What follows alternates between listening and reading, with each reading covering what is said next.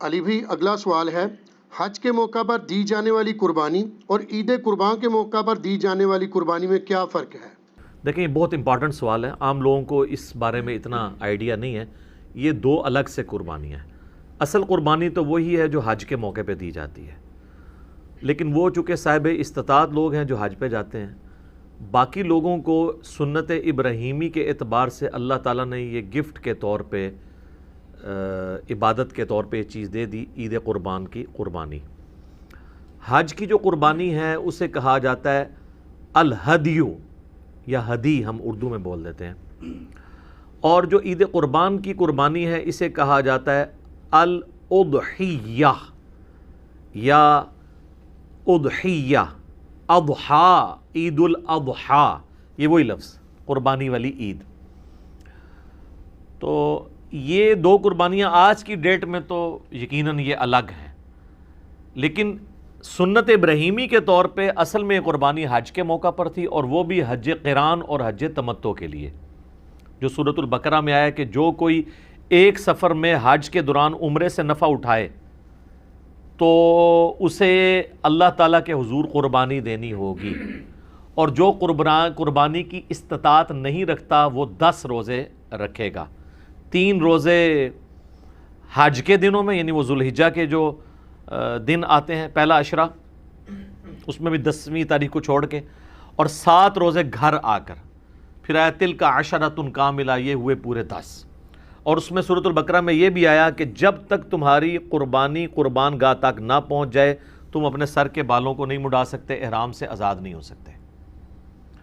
اسی لیے حج قران مشکل ہوتا ہے، کیونکہ حج قران میں آپ جانور ساتھ گھر سے لے کے جاتے ہیں، تو جب تک وہ جانور قربان نہ ہو آپ احرام نہیں کھول سکتے۔ اب حج میں بڑے دن پڑے ہیں، آپ عمرہ کر کے بھی احرام کی پابندیوں سے آزاد نہیں ہوں گے جب تک کہ آپ حج بھی نہیں کر لیتے۔ جبکہ حج تمتع میں یہ ہے کہ آپ قربانی کا جانور ساتھ نہیں لے کے جاتے، بلکہ آپ پہلے عمرہ کرتے ہیں، عمرے کے بعد احرام کھول دیتے ہیں،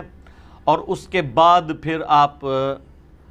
حج کے لیے دوبارہ 8 ذوالحجہ کو ظہر کی نماز کے بعد احرام باندھ لیتے ہیں اور پھر منی چلے جاتے ہیں۔ لیکن قربانی حج تمتع میں بھی دینی ہوتی ہے، کیونکہ اس میں بھی آپ ایک ہی سفر میں حج اور عمرہ دونوں سے فائدہ اٹھا رہے ہیں۔ مشرکین عرب جو تھے وہ ایک سفر میں حج اور عمرہ کو جمع کرنے کو گناہ سمجھتے تھے۔ نبی علیہ السلام نے اس رسم کو توڑا، اور بخاری مسلم میں الفاظ ہیں جب صحابہ نے پوچھا یہ ہمارے لیے خاص ہے، آپ نے فرمایا نہیں، قیامت تک کے لیے حج اور عمرہ یوں داخل ہو گیا۔ آپ نے یوں انگلیاں داخل کر کے فرمائی کہ یہ میری امت کے لیے اب ہمیشہ کے لیے کامیابی ہے کہ اتنی دور سے کوئی خرچہ کر کے آئے گا تو ایک ہی سفر میں عمرہ اور حج کر لے، لیکن ایک وقت میں ایک ہی عمرہ وہ کرے گا۔ یہ جو مسجد عائشہ پہ وہ بار بار جا کے کرتے ہیں وہ تو بالکل بدعت ہے، ایک سفر میں ایک ہی عمرہ کرے گا۔ ہاں کوئی مدینہ شریف چلا گیا پھر وہ واپس آیا، وہ الگ بات، وہ کر سکتا ہے۔ تو وہ جو قربانی ہے وہ ہدی کہلاتا ہے، چاہے وہ قران والے ساتھ لے کے جائیں، چاہے وہ تمتع والے وہاں سے خرید کے اس وقت دیں، جو زیادہ تر لوگ تو حج تمتع کرتے ہیں۔ حج قران اور حج تمتع میں قربانی ہوتی ہے جو کہ ایک ہی سفر میں آپ حج اور عمرے سے فائدہ اٹھا رہے ہیں، اس کے لیے پھر اللہ تعالیٰ نے آپ کو سمجھ لیں ایک عبادت کے طور پہ، ایک پینلٹی کے طور پہ اس کو کہہ لیں، واجبیت اس کی رکھتی ہے۔ البتہ جو صرف حج کرتا ہے، حج افراد، اکیلا حج، جنہوں پنجابی سے کہنے چھڑا حج ہی کرتا ہے، اس کے لیے قربانی نہیں ہوتی۔ اب جو غیر حاجی ہیں ان میں سنت یہ باقی ہے کہ وہ عید قربان کی قربانی کر لیں گے پوری دنیا میں جہاں پہ بھی ہیں، اسے کہا جاتا ہے اضحیہ قربانی، یہ حج والی جو عید قربان کی قربانی ہے۔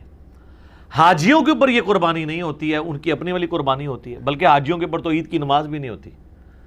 چونکہ ان کی اس دن مصروفیات ہیں، ان کا وہ ایک مصروف ترین دن ہوتا ہے، کیونکہ وہ رات کو تھکے ہارے جو ہیں وہ 9 تاریخ کو 9 اور 10 کی درمیانی رات کو مزدلفہ میں پہنچے ہوتے ہیں عرفات سے، صبح سویرے انہوں نے اٹھ کے نماز پڑھنی ہے فجر کی، اور اس کے بعد سورج نکلنے کا انتظار کرتے ہی آپ نے پھر نکل پڑنا ہے کنکریاں وہاں سے سمیٹ کے۔ تو پہلے دن آپ نے وہ بڑے شیطان کو، جو 3 ہے نا، جو قبلے کی طرف ہے وہ سب سے بڑے والا ہے، اور جو تھوڑے تھوڑے فاصلے کے اوپر ہے، اس کو آپ نے 7 کنکریاں مارنی ہیں، اس کے بعد آپ نے قربانی کرنی ہے، پھر آپ نے سر کے بال مڑوانے اور احرام کھول کے عام کپڑوں میں طواف زیارت کرنا ہے۔ تو حاجیوں کا دن وہ بڑا مصروف ہوتا ہے، اور ویسے بھی ان اوقات کے اندر وہ تو مینا کے اندر ہوتے ہیں، تو وہ جو خانہ کعبہ شریف میں آپ کو سرمنی دکھائی جا رہی ہوتی ہے نا عید کی نماز کی، وہ اس لیے آپ دیکھیں گے وہاں رش نہیں ہوتا، بہت کم لوگ ہوتے ہیں، اس لیے کہ زیادہ تر لوگ تو حج کر رہے ہوتے ہیں وہ وہاں پہ ہوتے ہیں. تو عید قربان کی جو قربانی ہے وہ اضحیہ کہلاتی ہے، عید الاضحیٰ بھی ہم کہتے ہیں اس دن کو. اور جو ہدی ہے یہ قربانی کہلاتی ہے اس کی حج کی. اور یہ ہدی کے جانوروں کو اللہ تعالیٰ نے قرآن حکیم میں شعائر اللہ میں سے ڈکلیئر کیا ہے. اب یہ ہے تو جانور ہیں لیکن اللہ کی نشانی ہے،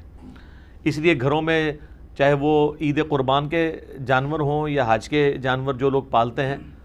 اس معاملے میں جو کچھ ان کو تکلیف اٹھانی پڑتی ہے، ایون ان کا گوبر بھی صاف کرنا پڑتا ہے، اللہ کے حضور یہ ساری چیزیں نیکیاں لکھی جاتی ہیں. لہٰذا اس سے نفرت نہیں کرنی چاہیے، بلکہ نبی علیہ السلام تو اتنی محبت فرماتے تھے. بخاری مسلم دونوں میں حدیث ہے، اما عائشہ کہتی ہیں کہ نبی علیہ السلام جو ہدی کا جانور اپنے ساتھ اونٹ لے کے جاتے تھے نا، تو اپنے مبارک ہاتھوں سے ان کے لیے رسی کے بال ڈالتے تھے، پھر ان کے گلے میں ہار ڈالتے تھے جوتیوں کا. یہ ایک ٹریڈیشن تھی عرب کی، تاکہ دور سے پتہ چل جائے کہ یہ ہدی کا جانور ہے، اس کو کوئی نقصان نہیں پہنچاتا تھا. اور ایک اور سنت تھی شعار کرنے کی. شعار یہ ہوتا تھا کہ اس کی کوہان کے اوپر